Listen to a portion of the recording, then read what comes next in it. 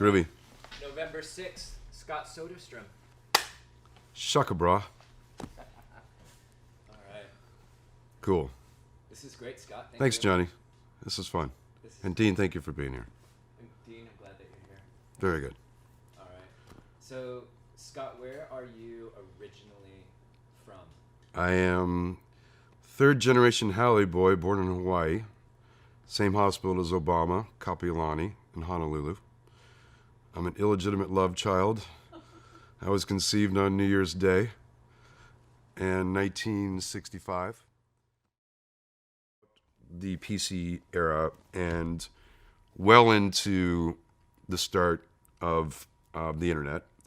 So by 1994, I was waiting tables at Il Bistro, and I got this apartment from a guy named Dale Abrams, who is one of the co-owners of Il Bistro, here in Pioneer Square. And I lived down the hall, Johnny, as you know, and it was a great place.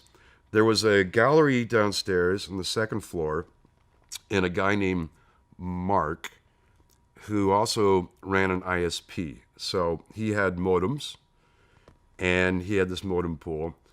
And then he got in some kind of legal trouble, and he asked me if I could take over this ISP. So what I did is we took a fractional T1 line, and we pulled a string, we ran it all the way up in the alley, and it swung in the wind. And I fed it into the center room that you know of, and I had shelves up there, and I had 12 modems that were going off at various hours in the morning. So I was running this ISP.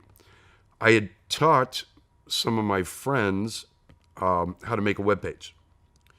And one of those guys, Tony Taylor, I met in a band called Mean Tangerine. He was the bass player. And Tony got a job at a place across the street called Progressive Networks. And they had this product called Real Audio and a Real Audio player. And at that time, it was revolutionary that you could dial up, squawk, squawk, squawk, into a modem and actually stream audio over the internet.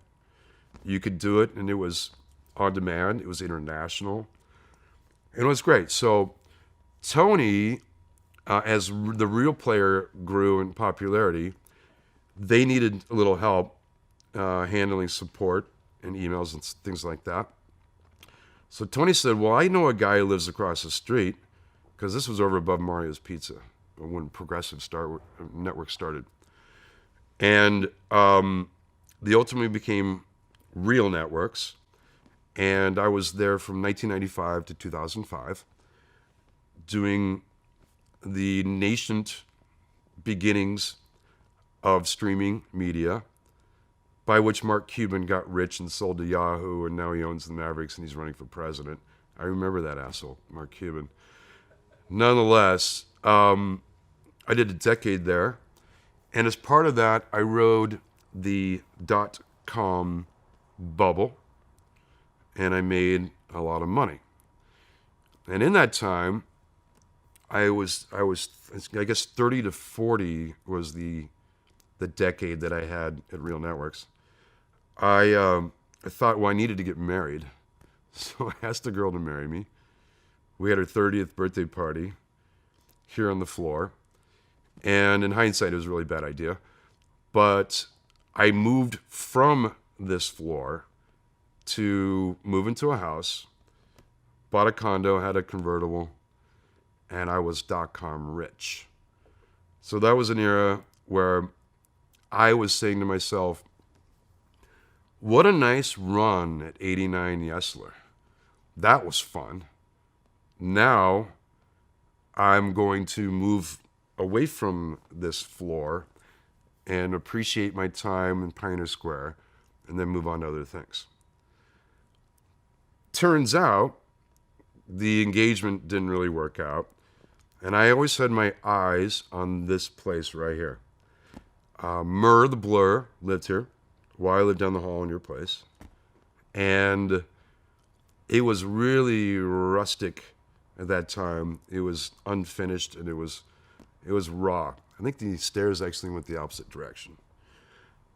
However, over time, I think there was a record company, a married couple, and a couple of frat boys. And the frat boys did the most of the renovation. They put up all the wiring. They sanded these floors down. So as I was watching this place progress, I said to myself, would I really ever move up those stairs again? Those 87 stairs after that's already been a well-worn red chapter? However, it just looked better and better and better over time with all the renovations. And so I moved from my bachelor high-rise in Belltown and moved myself in here. I guess it was 2005, so 12 years ago. And quite happy that I did it. It was part of my life that I wouldn't have had. I wouldn't have been able to meet you, see Dean again, and have her on this special floor that we enjoyed for so long. But yeah, and when I lived at your place, it was I painted it lipstick red, and all the artwork I have actually works on red for that reason. And it was I had lots of after hours parties. The whole place was filled with artists. They would even take some pressboard or plywood and spray paint it black and set up another little room for another artist to join in, and they'd share their rent. In fact, my biggest trouble from complaints came from when people were leaving my place and they would stomp down on the way out from partying all night, and I would get complaints from the neighbors. It was a nice run. I had a lot of great parties there, and people still remember those parties I used to throw. But that was it was time for me to leave and try to make a way in the world because I had a little bit of money, and I didn't really ever think I was going to come back. But obviously that story changed, and here I am. Now you're back. Yeah. A few places around here that I think Samus actually was part of that. There was down on Western, there was an artist. 619 building. Yeah, 619 building was one that you could go up and through, and there was a sense that artist lofts meant something for the city. Yeah.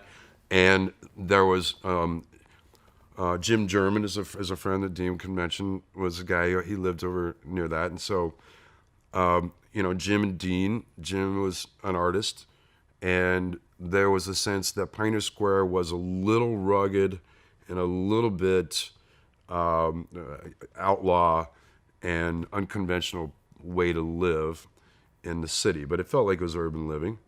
And it was a time where you knew that you could afford to pay very little, but you would, on the flip side of that, you would have to give up some amenities or maybe even a sense of safety, because there was a time that Pioneer Square was like, don't go down there, and there was a Mardi Gras incident. Larry's went from jazz to hip hop, so pow pow pow, and we liked that people were scared to go to Pioneer Square and live in those old buildings because they just left us alone. And that was, that was urban living. That was city living. So I think that 89 Nestler has its own particular angle and slant. It's unusual by any measure. First of all, you have to walk up 87 stairs, and it's got spray painted Sonics at the top. How long has that been there? Since they won, which was 78, I guess. You're right. Before even Dale came in here. And you had a sense that this was a very ad hoc place that was all, it's one giant floor from the Schwarbacher brothers who outfitted the Yukon Gold Rush, and that the sense of history of this building made it particularly unique. And also Dale's dividing up all the drywall, plumbing, and electrical in a way that was totally not up to code. And you couldn't run the hairdryer with a toaster or the microwave with the heater. So you made the best you could by improv and extension cords, and that just made it part of the experience. And so I like that. I like that it wasn't up to code. I thought it made it cool. And so this floor is very special. The people have come and gone, made it so.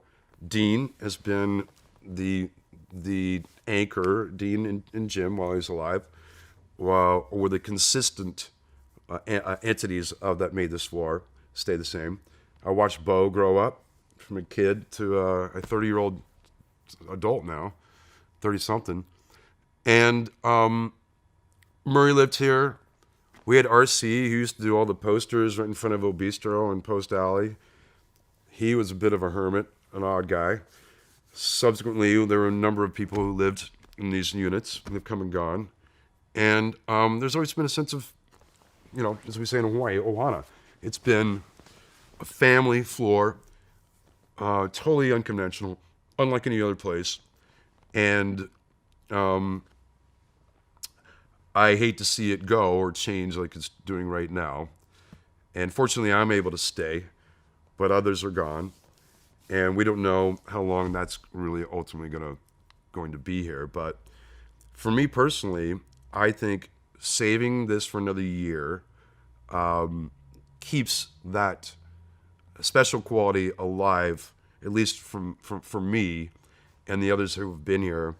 So it doesn't change too much with the progress of Seattle's growth, and that we retain a bit of what it was like to be in this town for a long, long time, and keep it that way. So I got another year, and I'll keep it going for as long as I can, and pay respect to the people who have come before me.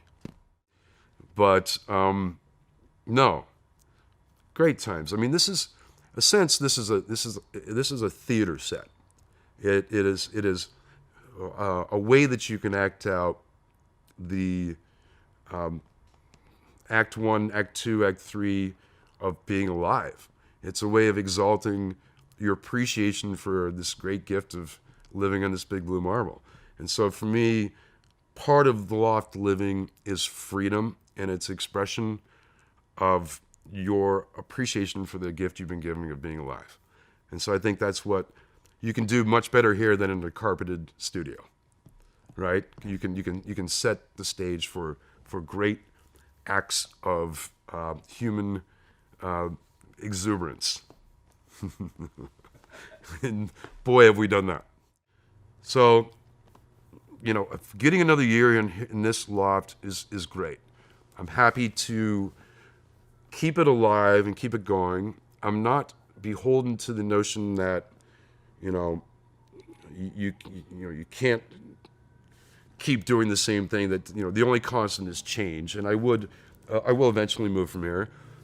But maybe, given that they've raised the rent as much as they have, and I being in a particular situation where I can be a bachelor and I can work with roommates, whereas other people wouldn't necessarily want other people in their home, it could be that me meeting the bar for $3,500 and making it work for myself means that incrementally I will only be charged $3,600 in 2 years, or $3,700.